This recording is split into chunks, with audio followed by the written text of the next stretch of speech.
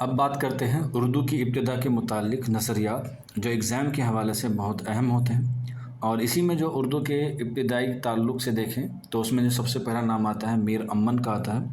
ان کا قول ہے کہ اردو اکبر کے دور میں پیدا ہوئی اور شاہجہاں کے دور میں اسے فروغ ملا، اور شاہجہاں کے دور میں ہی اردو کا نام ہوا اردو معلی، جس کا معنی ہوتا ہے شاہی زبان یا فوج کی زبان، یا ہم لوگ کہہ سکتے ہیں دربار کی زبان۔ اردو معلی کا مطلب یہ ہوتا ہے۔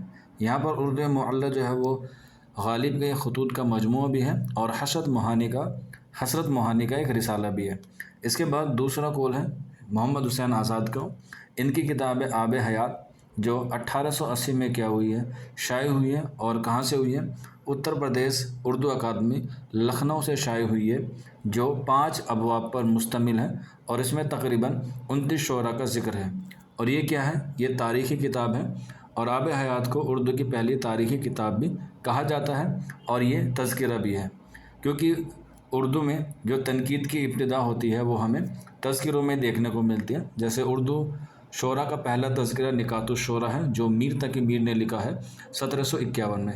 اس کے علاوہ آب حیات کا جو انگلش میں ترجمہ ہے وہ شمس الرحمن فاروقی نے کیا ہے۔ اس کے علاوہ اسی کتاب میں محمد حسین آزاد نے بتایا ہے کہ اردو کی جو جائے پیدائش ہوئی ہے وہ کہاں سے ہوئی ہے؟ وہ برج بھاشا سے ہوئی ہے، جو مغربی ہند کی بولی ہے۔ ان کا قول بھی بڑا مشہور ہے، اتنی بات تو ہر شخص جانتا ہے کہ ہماری زبان اردو برج بھاشا سے نکلی ہے۔ یہ بھی ایگزام میں پوچھا جاتا ہے، جو آب حیات میں کیا ہے؟ شامل ہے۔ اس کے بعد نیکسٹ ہے ہمارے حافظ محمود شیرانی۔ ان کی کتاب ہے پنجاب میں اردو، جو 1928 میں جو ہے وہ شائع ہوئی ہے۔ یہاں پہ ایئر جو ہے وہ کریکشن کر لیجیے گا۔ اور یہ لکھنؤ کے مکتبہ کلیاں سے بشیرت گنج سے جو ہے وہ شائع ہوئی ہے، اور اس کا جو انتساب ہے یعنی کہ یہ جو ڈیڈیکیٹ کی گئی ہے، یہ کی گئی ہے مخدوم خان بہادر شیخ عبد القادر صاحب کو جو ہے وہ یہ ڈیڈیکیٹ کی گئی ہے، حافظ محمود شیرانی کی تصنیف۔ اور اسی میں انہوں نے اپنے اردو کی جائے پیدائش کے تعلق سے نظریہ پیش کیا ہے کہ اردو جو ہے وہ پنجاب میں پیدا ہوئی ہے۔ یہ حافظ محمود شیرانی کا جو ہے وہ قول ہے، اور اس کے لیے انہیں 2 دلائل جو ہے وہ پیش کیے ہیں۔ پہلا تاریخی ہے، اور دوسرا جو ہے وہ کیا ہے؟ لسانی اعتبار سے ہے۔ روشنی ڈالتے ہیں تاریخی اعتبار سے کیسا ہے۔ تو تاریخی اعتبار سے ہم لوگ دیکھیں تو پنجاب کا علاقہ جسے ہم پنجاب کہتے ہیں، یہ تاریخی اعتبار سے ہے، اور یہاں پر 5 ندیوں کا ایک سمنوے ہے، یا کہہ سکتے ہیں 5 ندیوں کا وطن ہے، 5 ندیوں کا ملک ہے۔ اور اس میں جو ہے وہ سب سے پہلے 712 میں محمد بن قاسم سندھ کے راستے سے آیا، اور یہی راستہ جو ہے وہ سندھ سے کیا ہوا؟ پنجاب میں پڑتا ہے۔ تو یہ تاریخی پس منظر سے ہے، یعنی کہ ہسٹری کے اعتبار سے۔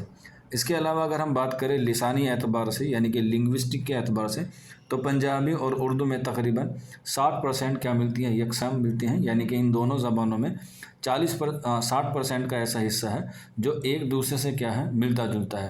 تو یہاں پہ آپ لوگ دیکھ سکتے ہیں، جیسے پنجابی میں کہا جاتا ہے منڈا، جبکہ اردو میں کہا جاتا ہے لڑکا، یہاں کہا جاتا ہے چنگا، یہاں کہا جاتا ہے اچھا، یہاں پر کہا جاتا ہے کڑی، یہاں پہ کہا جاتا ہے لڑکی۔ تو اس طریقے سے ہم لوگ دیکھ سکتے ہیں کہ لسانی اعتبار سے جو کیا ہے آوازیں ہمیں سیم آتی ہیں، تو اس لیے حافظ محمود شیرانی جو ہے وہ یہ نظریہ پیش کیا ہے۔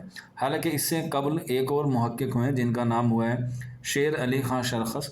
انہوں نے بھی جو ہے وہ حافظ محمود شیرانی سے پہلے ہی پنجاب میں اردو کے پیدا ہونے کا کیا ہے؟ نظریہ پیش کیا ہے، اور نظریہ پیش کرنے کے لیے انہوں نے اپنا ایک تذکرہ ہے جس کا نام ہے اعجاز سخن، اس میں جو انہوں نے یہ نظریہ پیش کیا ہے کہ اردو جو ہے وہ پنجاب میں پیدا ہوئی ہے۔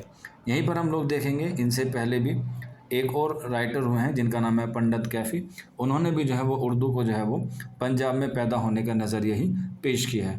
یہاں پر ایک بات نوٹ کر کے لکھ لیجیے گا کیونکہ تاریخی اعتبار سے ہے، تو محمود غزنوی کا نام جو ہے وہ آپ نے ضرور سنا ہوگا، اور ان کے ساتھ ایک بہت بڑے شاعر آئے تھے جن کا نام محمد اوفی، اور ان کی کتاب ہے لباب الالباب، یہ بھی جو ہے وہ بڑی مشہور ہے، یہ بھی ایگزام میں آپ لوگوں سے پوچھی جا سکتی ہے۔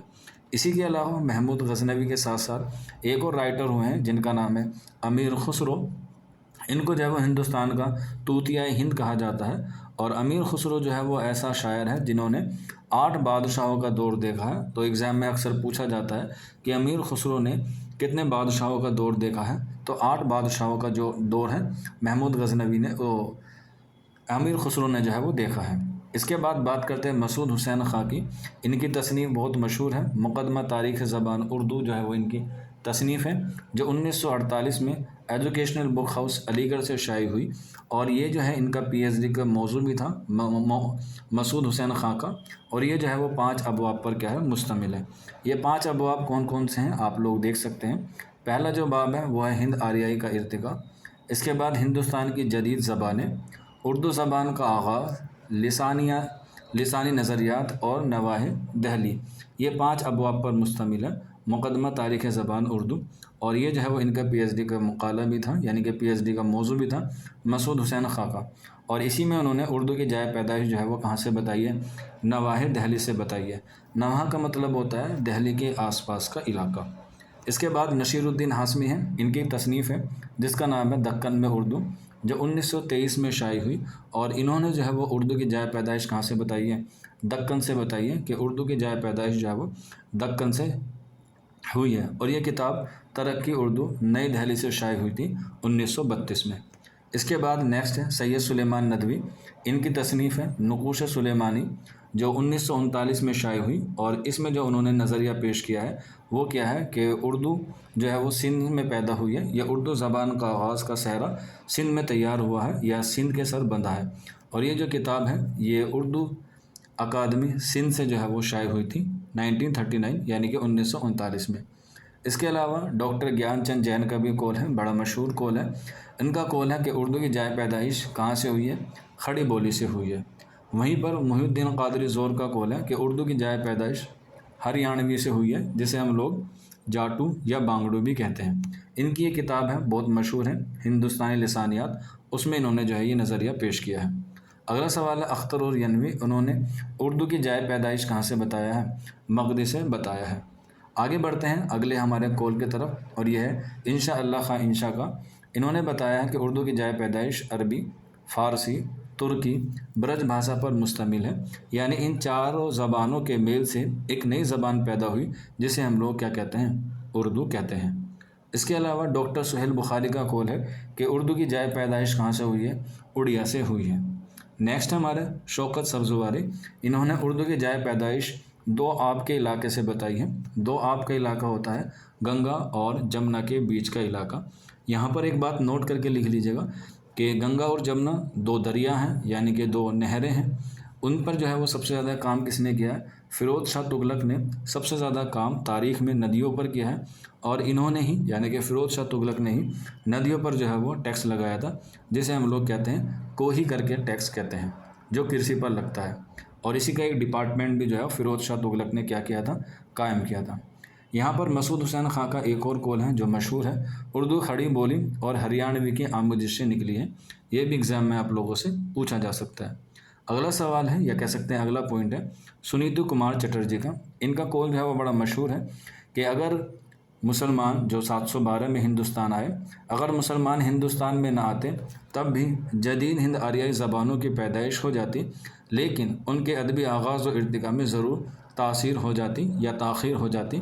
یہ جو ہے وہ قول کس کا ہے، یہ سنیتو کمار چٹرجی کا ہے۔ تو اس طریقے سے آپ لوگ جو ہے وہ ان کے قول کو بھی جو ہے وہ یاد کر سکتے ہیں، ایگزام میں جو ہے وہ آپ لوگوں سے پوچھے بھی جا سکتے ہیں۔ یہاں پر کچھ کتابیں ہیں جو اردو کی لسانیات کے یا اردو کی تاریخ کے حوالے سے جو ہے وہ پوچھی جاتی ہیں، جیسے داستان زبان و اردو، اس کے مصنف ہیں شوکت سبزواری۔ زبان اور اردو کیسے لکھیں، اس کے مصنف ہیں رشید حسن خاں۔ اس کے علاوہ اردو کی کہانی اور اردو کی تنقیدی تاریخ، اس کے مصنف ہیں احتسام حسین۔ یہ لسانیات پر اور تاریخ پر جو ہے وہ کتابیں جو ایگزام میں جو ہے وہ اکثر آپ سے پوچھی جاتی ہے۔ اس کے علاوہ ہندوستانی لسانیات کا خاکہ، اس کے مصنف ہیں احتسام حسین۔ اردو لسانیات یہ شوکت سبزواری کی ہے۔ اس کے علاوہ ہندوستانی لسانیات یہ محی الدین قادری زور کی ہے۔ یہ تینوں کتابیں ایگزام میں آپ لوگوں سے ضرور پوچھی جائیں گی۔ اس کے علاوہ اردو کی لسانی تشکیل یہ مرزا خلیل بیگ کی ہے، اور نیکسٹ ہماری اردو کا ابتدائی زمانہ شمس الرحمن فاروقی کی تصنیف ہے۔ تو اس طریقے سے یہ ان کے قول ہوئے جو ایگزام میں آ سکتے ہیں، اور یہ بہت اہم امپورٹنٹ ٹاپک ہے جس کو ہم لوگ جانتے ہیں تاریخ زبان اردو، یا قدیم ہند آریائی کا دور، یا ہند آریائی کی مختصر تاریخ جو ہے وہ آپ کی یہیں پر جو ہے وہ اختتام ہو جاتی ہے۔